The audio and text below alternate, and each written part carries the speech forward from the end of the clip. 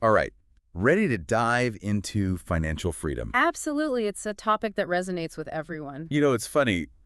When most people hear financial freedom, they think winning the lottery. Right. Or inheriting a fortune. Exactly.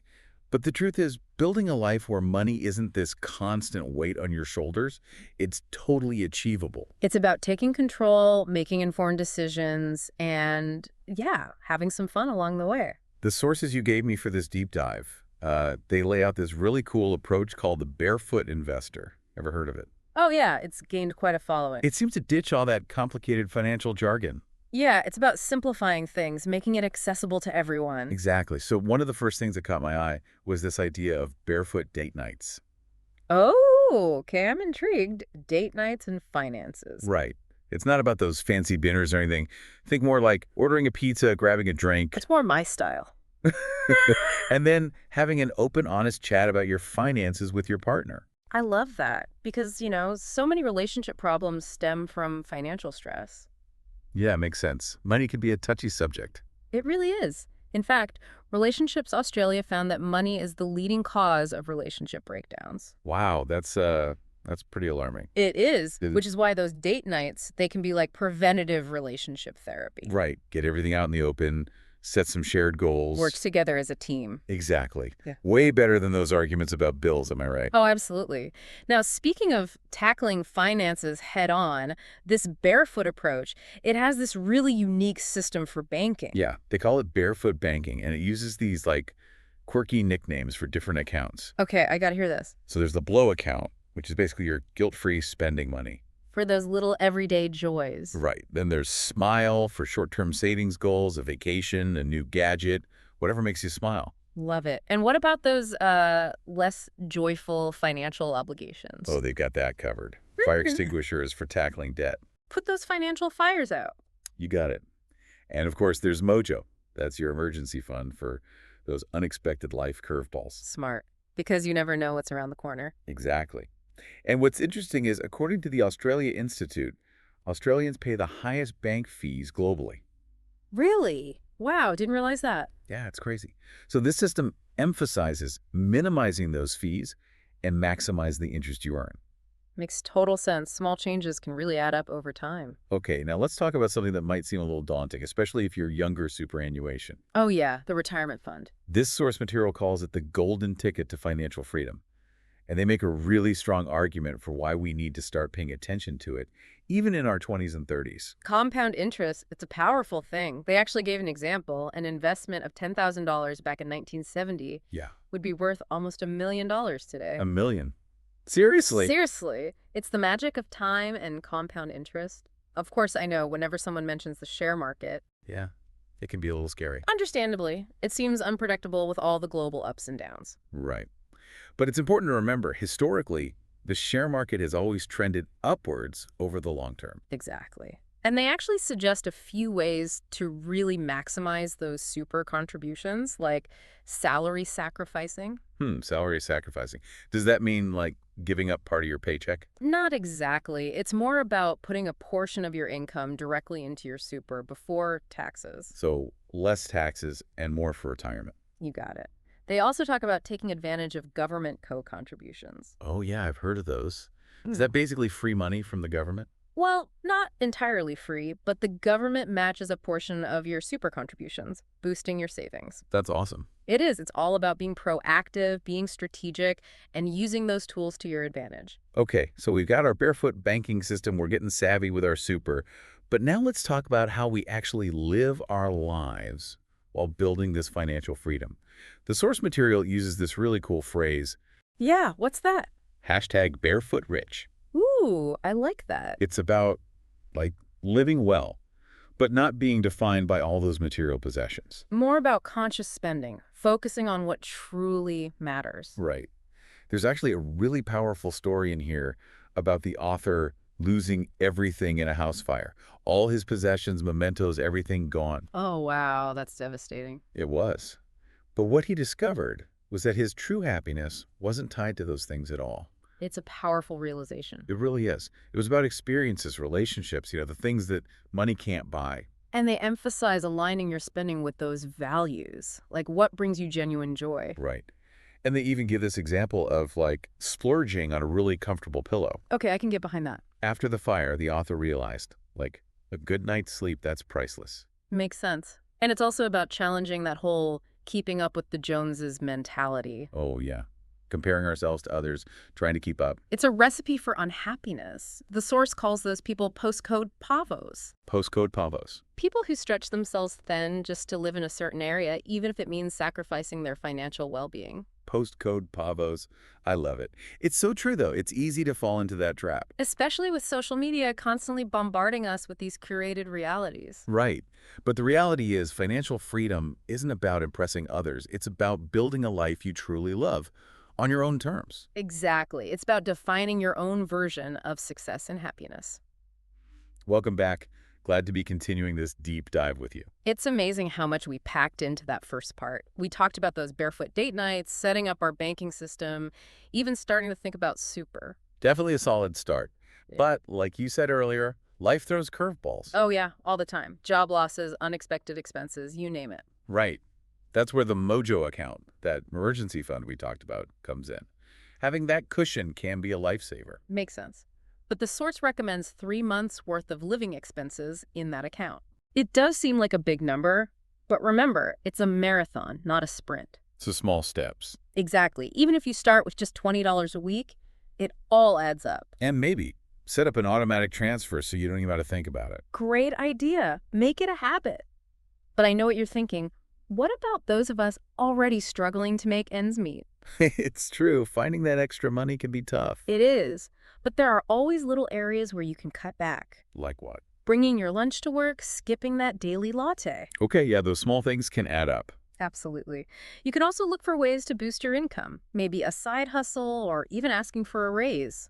Speaking of raises, the source has this cool concept they call career compounding. Oh, yeah, I remember that. It's like applying that compound interest principle to your career, right? Exactly.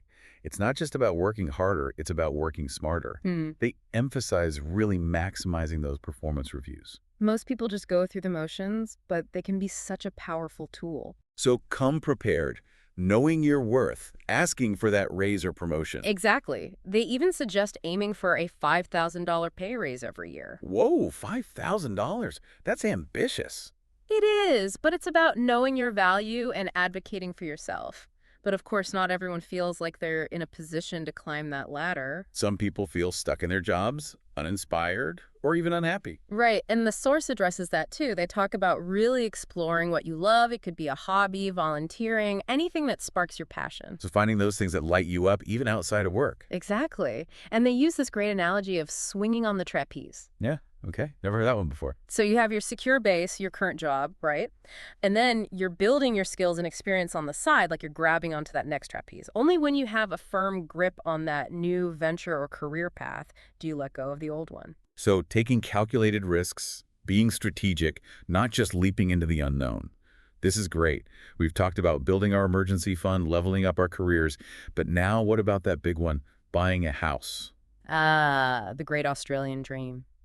The source debunks this myth about waiting for the housing market to crash. Oh yeah, I hear that all the time. Just wait for the bubble to burst. Right, but you can't time the market. Prices fluctuate, always. It's about being ready when that right opportunity pops up. So focus on what you can control. Your savings, getting rid of debt. Exactly. And be realistic about what you can truly afford. They actually have this funny term for it. The triple M's. Triple M's, what's that? Marriage, mortgage, midgets. Okay, it's pretty memorable. It highlights how life often gets more expensive, right? You might have 2 incomes, but then the mortgage comes in, then maybe kids.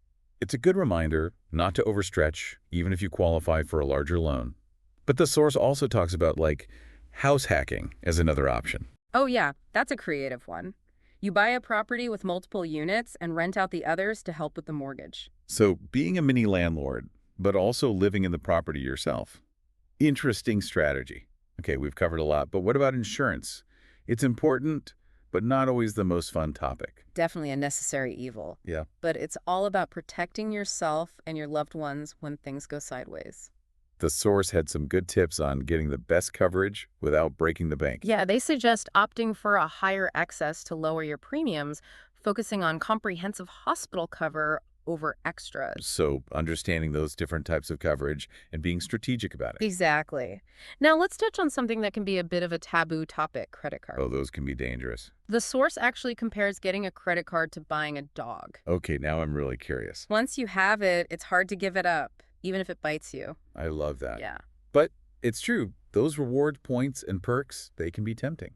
totally. It's all about being mindful of those spending triggers, asking yourself if those purchases truly align with your values. So conscious spending again. Thinking before you swipe. Exactly. And they also bust some myths about credit cards, like the idea that rewards points are always worth it. Oh, I've definitely fallen for that before. We all have. They also caution against relying on credit card travel insurance. Right, because it often has limitations and might not actually cover you when you need it most. Okay, switching gears again. What about wills? It's not the most fun to think about, but important. Totally agree. It's about peace of mind, knowing your loved ones are taken care of even after you're gone. The source emphasized that it's not just for people with huge estates either. Right. Even if your possessions are modest, a will ensures your wishes are followed. It can prevent a lot of stress and arguments for your family down the line. But the whole process seems daunting. There are actually many resources out there that make it easier than you think. Solicitors, online platforms, even some super funds can help. And one other simple but important tip from the source: create a list of passwords and important info. Yeah, that would be a huge help for family during a difficult time. Okay, before we move on, I want to circle back to something from the first part.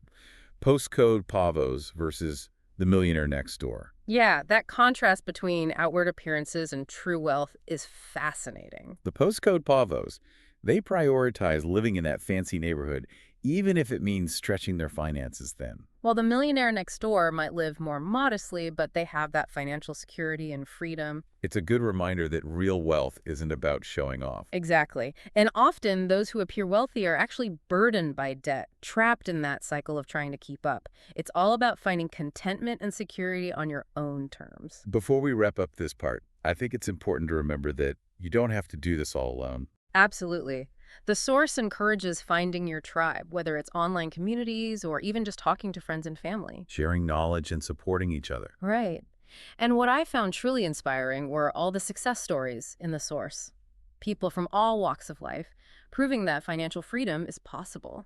Those stories can be so powerful, giving you that belief that you can do it too. It's about shifting your mindset, believing that abundance is possible for you. Those stories really highlight that financial freedom is achievable no matter who you are or where you're starting from. Exactly. And it reinforces that financial freedom doesn't have to mean deprivation. And it's not about living like a monk. Definitely not. It's about having choices, being in control, and having the means to pursue your passions. Right, having the freedom to actually live the life you want. And speaking of choices, sometimes it's wise to seek out professional advice along the way. Yeah, we don't have to figure everything out on our own. The source really encourages that, tapping into resources like financial advisors at your super fund. Or even just using free resources like the Money Smart website. Exactly. They also mention cash-back mortgage brokers, people who can help you get a better deal. It's about utilizing the resources that are out there and making informed decisions. Absolutely. And they even provide a script for negotiating with your bank to get a lower interest rate. Oh, wow. So they really do handhold you through the process. It's all about empowering people to take control. So we've covered a lot in this deep dive. We talked about building that financial foundation, setting goals, tackling debt, even giving back. We explored investing, managing risk, planning for the future. A whole lot. As we wrap up, what's that one key takeaway, that golden nugget of wisdom you'd leave our listener with? It's simple, but start today. Don't wait. Don't wait for the perfect moment or the perfect plan. Just take that first step. Even if it's a small step. Right. Schedule that barefoot date night, learn a bit more about superannuation, or just put an extra $10 in your savings account. It's all about taking action. Exactly. Remember, financial freedom, it's within your reach. It's not about luck. It's about choices, discipline, and that commitment to building the life you want. So inspiring. To our listeners, embrace those barefoot principles. Start building that financially free life you deserve. Until next time, happy diving.